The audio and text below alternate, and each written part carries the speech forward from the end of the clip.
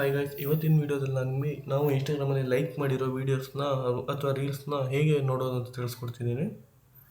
ಇದಕ್ಕೆ ನೀವು ಫಸ್ಟಾಗಿ ಪ್ರೊಫೈಲ್ ಮೇಲೆ ಕ್ಲಿಕ್ ಮಾಡ್ಕೊಳ್ಳಿ.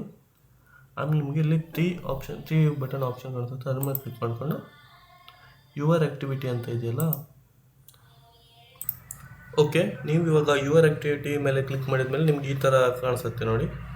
ಈಗ ಎಕ್ಸಾಂಪಲ್, ನಾನು ಇವಾಗ ಈ ಫೋಟೋನ ಲೈಕ್ ಮಾಡ್ತೀನಿ.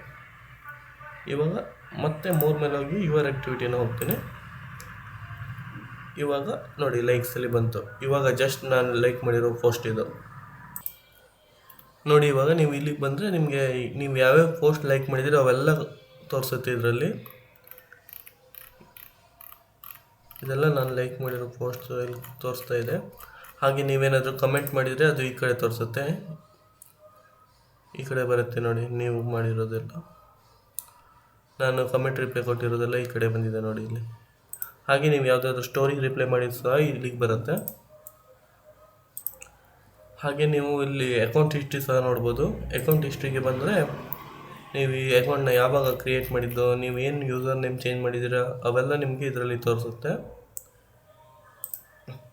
ಹಾಗೆ ನೀವು ಯಾವುದಾದ್ರೂ ಫೋಟೋಸ್ ಏನಾದ್ರು ಅಚೀವ್ ಮಾಡಿಟ್ಟಿದ್ರೆ ಅದು ಈ ಪ್ಲೇಸಲ್ಲಿ ತೋರಿಸುತ್ತೆ.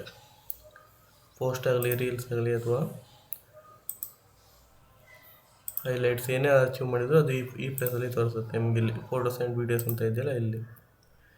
ಈ ರೀತಿಯಾಗಿ ನೀವು ಲೈಕ್ ಆಗಿ ಕಮೆಂಟ್ ಮಾಡಿರೋದನ್ನು ನೋಡಿ ಅನ್ಲೈಕ್ ಆದರೂ ಮಾಡ್ಬೋದು, ಡಿಲೀಟ್ ಆದರೂ ಮಾಡ್ಕೋಬೋದು. ಈ ರೀತಿಯಾಗಿ ನೀವು ಮಾಡ್ಬೋದು. ಇವತ್ತಿನ video. Thank you so much.